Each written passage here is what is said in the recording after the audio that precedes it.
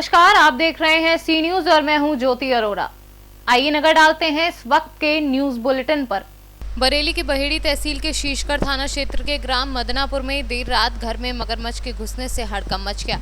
बताया जाता है कि ग्राम मदनापुर में मुजम्मिल खां के घर से कुछ ही दूरी पर तालाब है, जिसके चलते देर रात करीब 4 फीट लंबा मगरमच्छ घर में घुस गया। जब मुजम्मिल की बेटी नल से पानी लेने गई, मगरमच्छ को देखकर बुरी तरह सहम गई। वहीं घर में मगरमच्छ के घुसने की खबर फैलते ही गांव में हड़कंप मच गया। इसी बीच पुलिस को मामले की खबर दी गई और आनन फानन में शीशगढ़ पुलिस मौके पर पहुंची और वन विभाग को बताया, जिसके बाद वन विभाग की टीम ने मौके पर पहुंचकर मगरमच्छ को पकड़ कर ले गई। जिसके बाद मुजम्मिल के परिवार व ग्रामीणों ने राहत की सांस ली। बरेली से सीनू संवाददाता अब्दुल वाजिद की रिपोर्ट। कांग्रेस के छतरपुर विधायक आलोक चतुर्वेदी ने भाजपा प्रत्याशी प्रद्युमन सिंह पर पलटवार करते हुए कहा कि बौखलाहट के कारण जीजा सुरेंद्र और साले प्रद्युमन सिंह का मानसिक संतुलन बिगड़ गया है। कि साले जीजा का मानसिक संतुलन बिगड़ गया है और वो मैंने जो कहा था, जो उनके नामांकन में उन्होंने स्वयं भरा है, सारी चीज़ें उसमें आ चुकी हैं। और मैंने जो बात कही थी वो गलत नहीं कही थी कि पिछले चुनाव में उन्होंने संपत्ति का ब्यौरा जो दिया था और आज संपत्ति का ब्यौरा क्या है। 15 महीने में इतनी जल्दी जो संपत्ति का बढ़ना है। छतरपुर से सीनू संवाददाता महेंद्र सिंह ठाकुर की रिपोर्ट। गोंडा में पैसों की लेन देन की साजिश को लेकर की गई हत्या और शव को नवाबगंज रेलवे ट्रैक पर फेंका। वहीं सूचना मिलने पर छोटे भाई ने नवाबगंज पुलिस स्टेशन पर तहरीर दी और फिर भी पुलिसकर्मियों द्वारा कोई भी कार्यवाही नहीं की गई। पीड़ित परिवार न्याय की गुहार लगा रहा है। भाई साहब, आपका क्या नाम है? लालधार सिंह। आप कहाँ के रहने वाले हैं? ग्राम बघमरवा पोस्ट के दौरा तहसील तारापुर के रहने वाले हैं। ये कौन सा पुरवा है? ये बघमरवा है। बघमरवा। ये भाई साहब, आपके यहाँ एक भाई के साथ घटना घटी है, कैसे घटी है, क्या इसके बारे में बताइए जरा। हमारे भाई सोमवार को सुबह निकल गए 5 बजे जी। फिर उसके बाद शाम को नहीं, मंगलवार को 8 बजे फ़ोन आया सुबह कि तुम्हारे भाई का मर्डर हो गया, ख़त्म हो गया, एक्सीडेंटल केस पड़ा है, यहाँ आओगे उठा के ले जाओ। तो हम गए वहाँ देखे तो सब भाई के निशान, शरीर पे सब चोट का निशान था, जगह जगह पे चोट का निशान था, सर पे कटा हुआ था, पैर पे कटा हुआ था, गले पे चाकू का निशान था, जगह जगह पे निशान था। हमारे भाई के शरीर पे पूरा सब क्षति किए हुए थे उसको। अच्छा भाई साहब, क्या आपने FIR किया? FIR किया मैंने नवाबगंज थाने में, कोई सुनवाई नहीं हुआ उसको।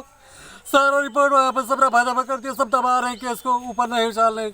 अच्छा, सारा वहाँ पर सब दबा रहे हैं नवाबगंज थाने में, कोई सुनवाई नहीं हो रही हम लोग की। पहचाना आपने? आपके भाई ही हैं? हमारे भाई हैं, हमसे बड़े हैं, हमारे भाई है, पनारी सिंह नाम है उनका।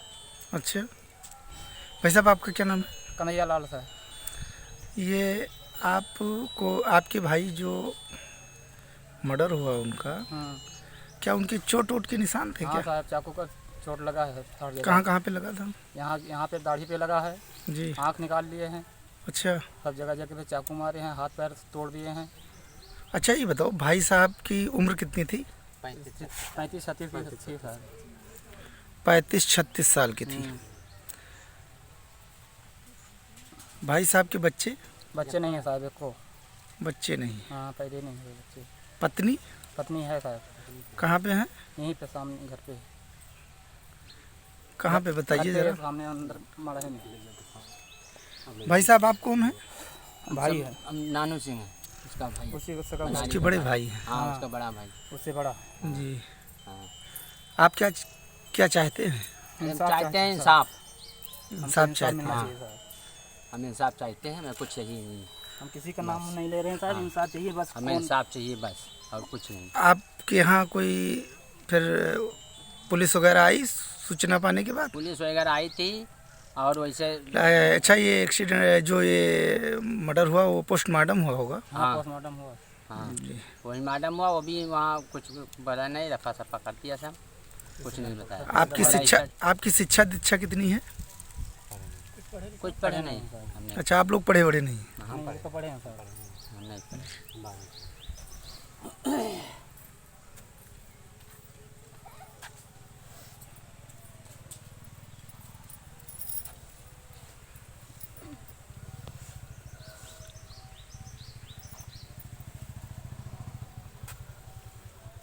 आपके पति कितने बजे घर से निकले थे? 5 बजे। 5 बजे शाम या सुबह को? सुबह 5 बजे निकले हैं। कुछ 5 बताए बजे। थे? 5 बजे निकले से अब हम सुबह बोलकार नहीं पाए, लेकिन इतना बोला कि आपको एक ठंडा कपड़ा पहन लो, ठंडी लगेगी। गर्म जी। कपड़ा पहन लो, बोलते हैं बहुत कसा है, ठंडी नहीं लगेगी।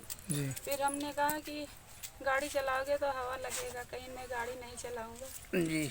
मैं किसी के साथ बैठ के जाऊंगा। हम कहीं किसी के साथ कौन जाएगा, कहीं मेरा दोस्त अभी आ रहा है। दोस्त का नाम नहीं बताया? नाम नहीं बताया सर, खाली यही बोला मेरा दोस्त आगे आता है, मैं उसी पे बैठ के जाएंगे। अच्छा फिर इतना ही बोल के घर से निकल गए जी। और कुछ बताया भी नहीं। पहले बात करे थे 2-3 दिन के कि 1-2 महीने से मैं पैसा मांगा हूँ, उसको पैसा देना है, उसी के चक्कर में मैं आ जा रहा हूँ। जी। हमको यही नहीं पता था किससे पैसा मांगे, कहाँ जाते हैं। हाँ डॉक्टर साहब, सुबह जब फ़ोन आई है, रात भर फ़ोन उनसे बात करते रह गए, तो कहा थे कि अभी आए थे। यही पूछी कहाँ पे हो, कहाँ थे, यहीं पे हैं। हम कही यहीं कहाँ पे हो, आपको नहीं ना? बताए। अच्छा, एक ही परिवार के सभी लोग हैं? अरे हमारा सथवा आप क्या चाहती नहीं हैं? थे। हम इंसाफ चाहिए थे। कितना ये के कई डारा मेरे सथवा, यही मेरा के कई दुश्मन। किससे फोन पे बात हुई थी? बात हमसे करत रहे 4 बजे हमारे आदमी। फिर हमने पूछा कहाँ पे हो, फिर नहीं बताए। फिर बोलते हैं अरविंद और पांडे हमारे पीछे पड़ गए हैं, अब या तो रुपया ले हैं या तो दे हैं। अजान के पीछे हमारे पड़ा है हाथ धोए के। इन्हीं दोनों के नाम बताए, फिर फ़ोन काट दिए। ये कहाँ के हैं? एक होंडपुरवा के हैं अरविंद, राजेश पांडे हैं अकबरपुर गौहनिया के। अच्छा उसी का पैसा था। जी। हाँ, हम ना ही जानत रहन कौने विधि उनका लई गए काऊ कई डारिन। हाँ। हाँ। सुबह फोन आ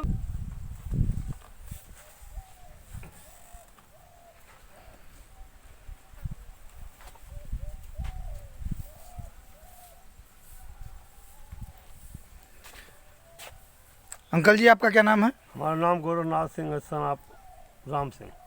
आप कौन से ग्राम सभा के रहने वाले हैं? ग्राम सभा किन्नौरा, किन्हौरा के रहने वाले हैं? पूरे बखमरवा गांव का। अच्छा, इसी गांव के आप भी रहने वाले हैं? जी हाँ। ये अभी देखा आपने कि ये भाई साहब के यहाँ एक हत्या की घटना हो गई जी है, हाँ। इसके बारे में कुछ आप क्या कहना चाहते हैं? मैं यही कहना चाहता हूँ कि इसका मर्डर किया गया है, जी। इसको वास्तविक न्याय दिलाना चाहिए। आप शासन प्रशासन से क्या हाँ, कहना न्याय चाहते हैं? हैं। न्याय शासन चाहते हैं। प्रशासन से ही चाहते हैं कि जो जायज़ है वो न्याय दिलाया जाए। जी। घटना घटाई गई, हत्या किया गया, मुलजिम पकड़ा जाए और मतलब जो न्याय है उचित शासन प्रशासन कार्रवाई करे, बस हम यही चाहते हैं। और कुछ कहना चाहते हैं? अब और आगे हम कहीं कह सकते हैं। क्या ये बहुत गरीब परिवार हैं? ये परिवार तो इतने गरीब और इतने सीधे हैं कि जो से अगर कोई बोल देता है तो इनके होश उड़ जाते हैं, इतने सीधे हैं। और इससे ज़्यादा हम तो और कुछ कह नहीं सकते हैं, लेकिन बहुत सीधे, बहुत गरीब। और जिसका मर्डर हुआ है वो बेचारी मियाँ बीवी हैं, औरत का क्या कर सकती है। अगर शासन प्रशासन से मदद नहीं मिलेगा तो ये तो और बेकार हो जाएंगे। गोंडा से सीनियर संवाददाता शिवराम पांडे की रिपोर्ट।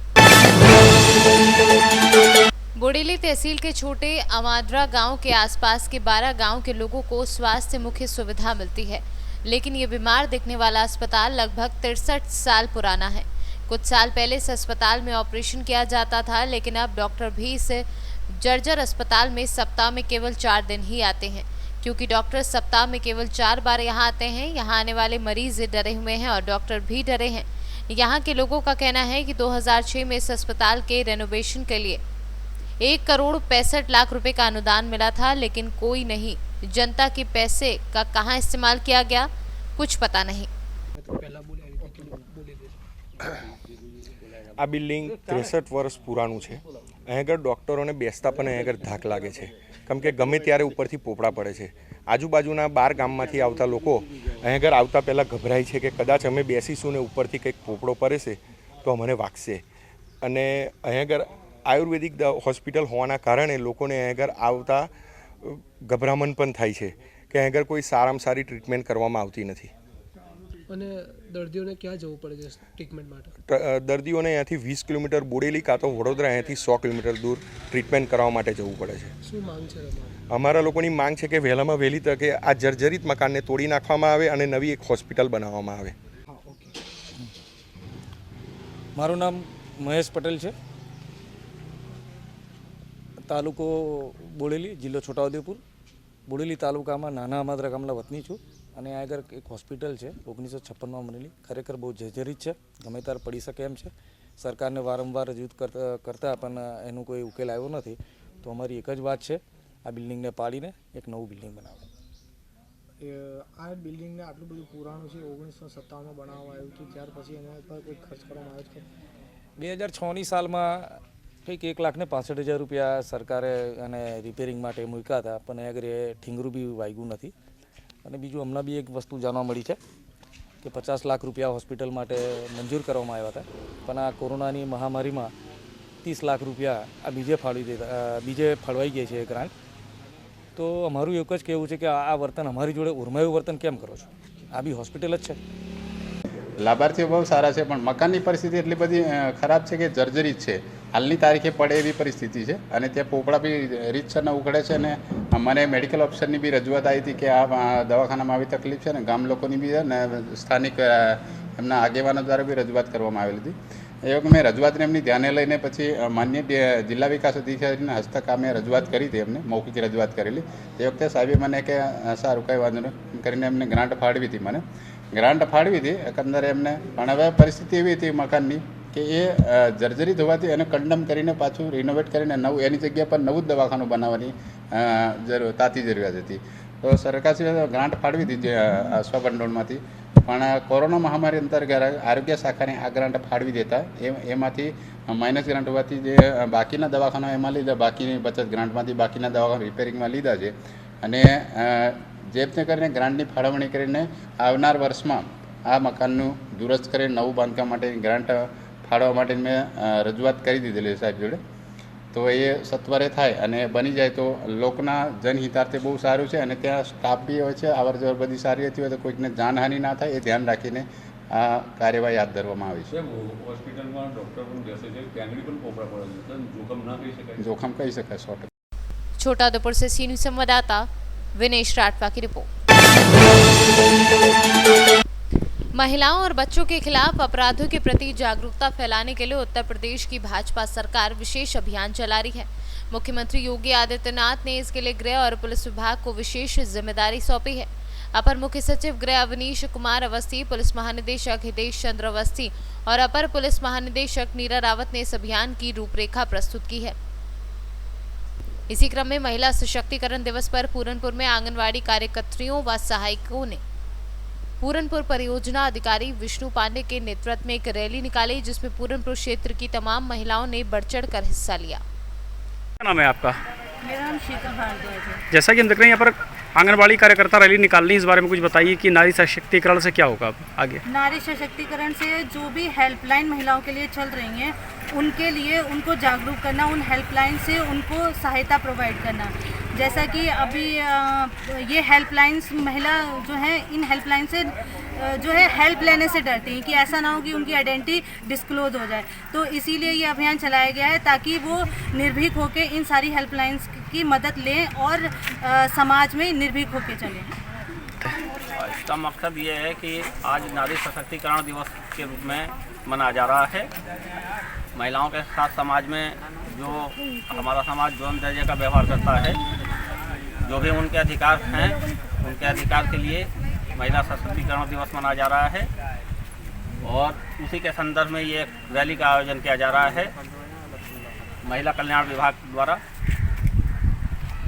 तो आप यहाँ पर पूरनपुर ब्लॉक में किस पद पर हैं? क्या नाम है आपका? मेरा नाम विष्णु भगवान पांडे है। मैं यहाँ पे बाल विकास परियोजना अधिकारी के पद पर तैनात हूँ। पीलीभीत से सीनू संवाददाता हैदर खान की रिपोर्ट।